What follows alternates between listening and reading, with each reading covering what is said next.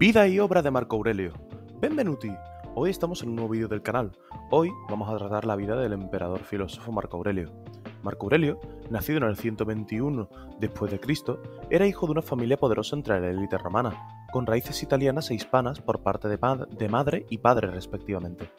Ante la joven muerte de su padre, su abuelo Marco Annio Vero se hizo cargo de él y su educación, junto a su madre. Su abuelo fallecería cuando tenía 19 años, siendo un auténtico adulto enseñado por maestros como Rutilio, que son especialmente conocidos por su carácter estoico, que se puede ver en la obra de Meditaciones, donde hace una mención honorífica a estos maestros. En el 136, el emperador Adriano nombrará heredero a Lucio Helio César, tiempo en el que Marco ya era querido por el emperador por su honestidad, casándose tras un compromiso con la hija de Antonino, que sería el que finalmente se volvería su sucesor. Porque ante la muerte de Lucio por una enfermedad grave, que puede resultar ser un cáncer, Adriano nombró a este Antonino Pío como su heredero, con el requisito de que tuviera de herederos a Marco y a Lucio Vero, que era el hijo del anterior, Helio César, como sucesores. Antonino cumplirá el plan de sucesión de Adriano, siendo nombrado Marco como uno de los sucesores del emperador cuando tenía 17 años. Sin embargo, este se vio más interesado en la filosofía, las artes liberales y el conocimiento, de tal manera que cuando ascienda al trono será más un filósofo que un emperador con 40 años.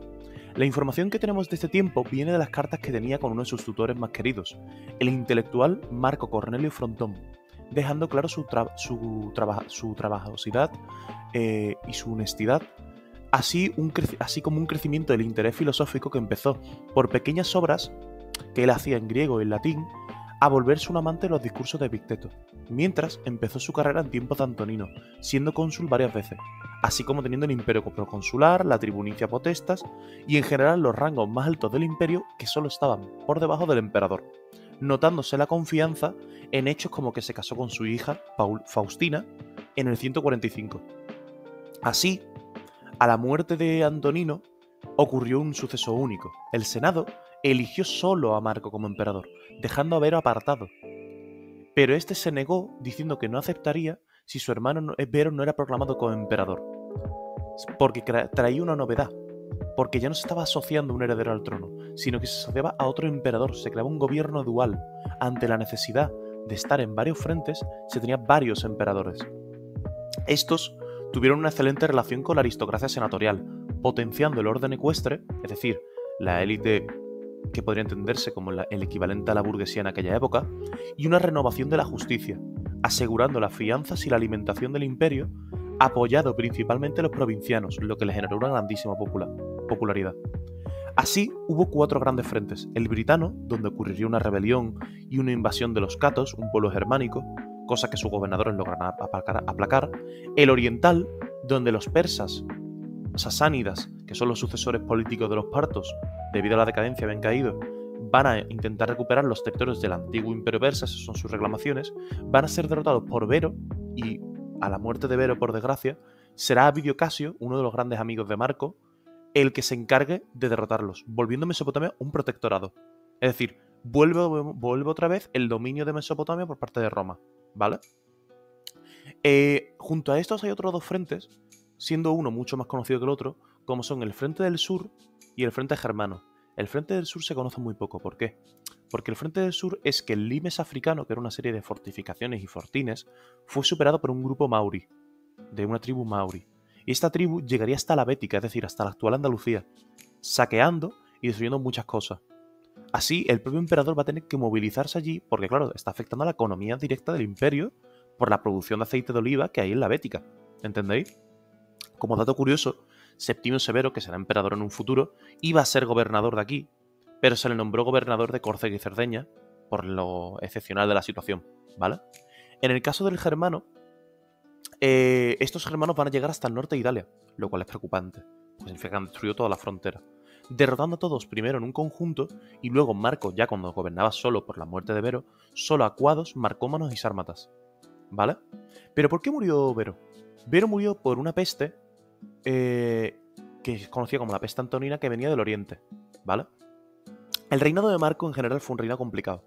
En campaña permanente en Germania, la peste matando a casi 2 millones de personas y una crisis económica gigantesca con una corrupción y falta de dinero sin precedentes, el imperio estaba abocado a la caída. Sin embargo, él subastó pertenencias imperiales, derrotó en batallas a germanos, visitó Roma cuando pudo, arregló el estado y se volvió un gobernante popular con fama de filósofo. Pero cometió un error, no supervisar la educación de su heredero, ¿vale? Este fue, por cierto, su compañero de gobierno en los últimos años. En el 175, ante los rumores de la muerte de Marco, que no eran ciertos, Avidio se rebeló, pensando que el que heredaría sería su hijo Cómodo, y al no creer que era digno, pues se rebeló de él para tomar el poder, con apoyo sirio y egipcio, diciendo que el emperador había muerto. ¿Qué pasa? Que al enterarse sus hombres, estos lo mataron. Marco marchará al este, afianza la frontera, y entonces los marcómanos, que es un pueblo germano, aprovecha para retomar la ofensiva, partiendo, ahora sí con Cómodo, en el 177 contra ellos, y tras derrotarlos en el 180, en teoría había conseguido derrotar finalmente a la coalición germánica que había contra él, ¿vale? Marco en su reinado es un personaje abiertamente contradictorio. Formado durante años en el estoicismo, con la idea del mejor para gobernar como es él, al que le podrá dar el amor de padre hacia su hijo, un niño de papá, pero claro, el Senado acepta colocar a Cómodo como su heredero. ¿Por qué? Porque se lo ganó a pulso. Porque todas las fronteras estaban amenazadas. Marcómanos, cuados, sármatas, persas, mauris. Y él les va a meter un palizón a todos y cada uno de ellos. Entonces, si además tú esto le sumas que no queda plata en el país, que no queda plata, que parezca argentino, no queda plata porque la plata de la península ibérica se acaba, como se sabe por estudios, en los hielos del Polo Norte por temas de materiales y de datación de minerales, ¿vale? Bajando la recaudación. Entonces creando una política de ahorro de tal manera que el Senado, poco más, y yo qué sé, y le hace una ola, le pone una pancarta, se tatúan la foto de Marco, la foto, sí, es que había fotos, yo también, se ponen la foto de Marco en el pecho, otra vez he dicho foto, ¿verdad? El tatuaje de Marco en el pecho. Así que, también probablemente pensando el Senado que como Cómodo era más tonto, porque era un niño criado en la púrpura, podrían controlarlo mejor, lo aceptaron de heredero. Así, Marco Aurelio morirá en el 180, enfermo. Yo ahora quiero tratar un poco su obra. La obra analiza los contenidos fundamentales de la filosofía estoica, de ahí su nombre de Meditaciones, partiendo desde sus orígenes con Zenón de Citio, presentando para mí, y para nuestro canal, una renovación o reinterpretación del estoicismo, a través de la experiencia personal del propio emperador. Este, en su obra, reflexionaba sobre cómo ha llegado a ser el hombre que es, quiénes han sido sus maestros y cómo las enseñanzas recibidas han moldeado su carácter y su vida. Un punto importante que destaca es el acto de agradecer a quienes han contribuido a la educación y formación personal, mostrando así una actitud de humildad y reconocimiento hacia el aprendizaje recibido. En cuanto al contenido, Marcos pone la importancia de vivir en sociedad, señalando que los seres humanos deben cooperar entre sí y evitar ceder a emociones negativas como la ira, los placeres bajos, las emociones nocivas. Para ello, enfatiza la necesidad del autocontrol y el dominio propio. Además, introduce la idea de una guía divina interna, un genio, que está en cada persona, que tenemos con una chispa de divinidad en nuestro interior que nos cuida y que debemos cuidar, porque al contaminarla con impurezas, ésta se debilita. Esta idea reforzaba la importancia de mantener la pureza interior y la integridad moral, que era una cosa bastante común en la época, porque autores como por ejemplo Peter Brown dejan claro que estas estrategias de control filosófico casi que indican que lo que estás haciendo es controlarte para evitar tener problemas, ¿me entendéis? Porque en una sociedad de aquella época en la que la violencia estaba tan normalizada, se tiene miedo a la violencia, que es con lo que dice Peter Brown. Entonces, instintivamente tomamos esas precauciones.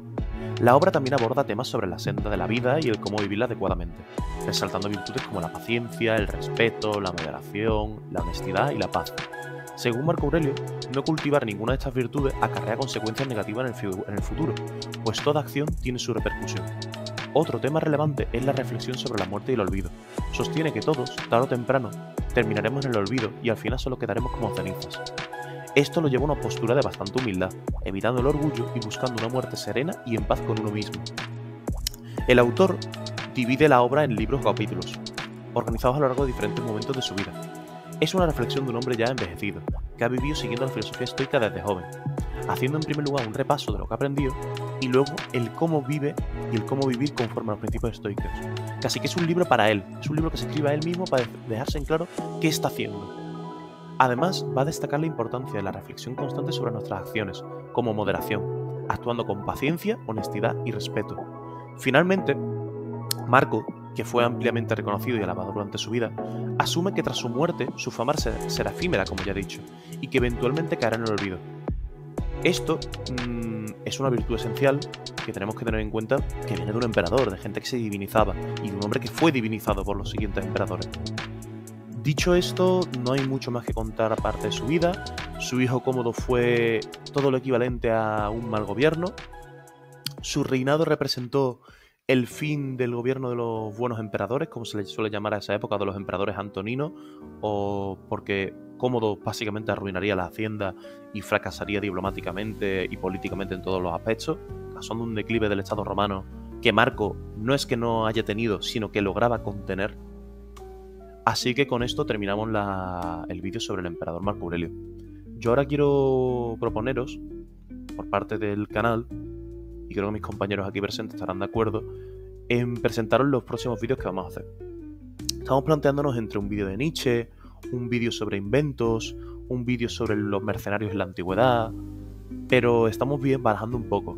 Si os interesa algún tema y queréis que hagamos un vídeo de algún tema, dejadlo en los comentarios, ya sea aquí, en TikTok o en cualquier plataforma en la que estemos, porque nos ayuda a entender qué es lo que queréis nuestros seguidores.